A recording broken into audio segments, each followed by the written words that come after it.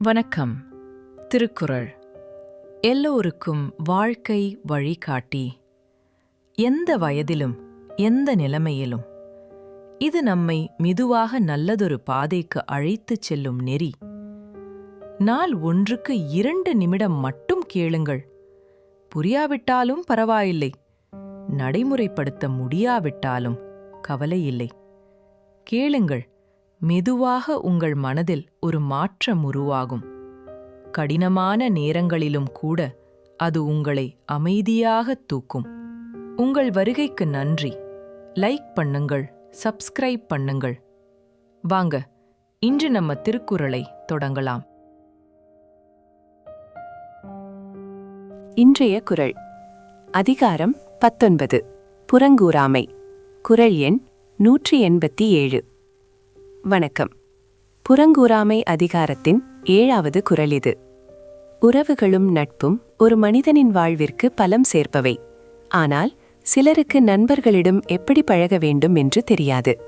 அவர்கள் மற்றவர்களை பற்றி புறம் பேசி இருக்கும் நண்பர்களையும் பகைத்துக் கொள்வார்கள்.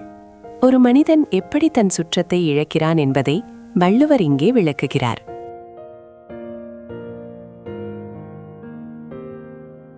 பகச்சொல்லி கேளிர் பிரிப்பர், நகச்சொல்லி நட்பாடல் தேற்றாதவர்.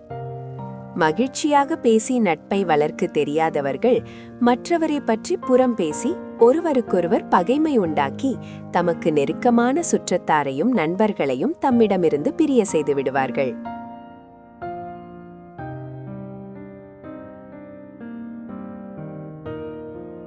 சிலர் ஒரு நண்பரை பற்றி இன்னொரு நண்பரிடம் இல்லாததும் பொல்லாததும் சொல்வார்கள். அவர்கள் நினைப்பது நாம் இவனிடம் நெருக்கமாகிறோம் என்று.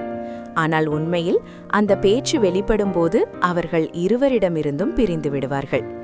நல்ல உறவுகளை தக்க வைக்க தெரியாதவர்களே புறம் பேசும் ஆயுதத்தை கையில் எடுக்கிறார்கள்.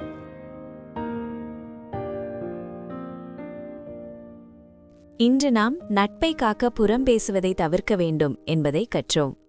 நாளை புதியதோர் குறளுடன் சந்திப்போம். உங்கள் மனம் நிம்மதியாய் உங்கள் வாழ்வு நிலைத்ததாக இருக்க நமது சேனலுடன் இணைந்திருங்கள். வீடியோ பிடித்திருந்தால் லைக் செய்யவும் மற்றும் புதிய ஞான கருத்துக்களை பெற சப்ஸ்கிரைப் செய்ய மறக்காதீர்கள்.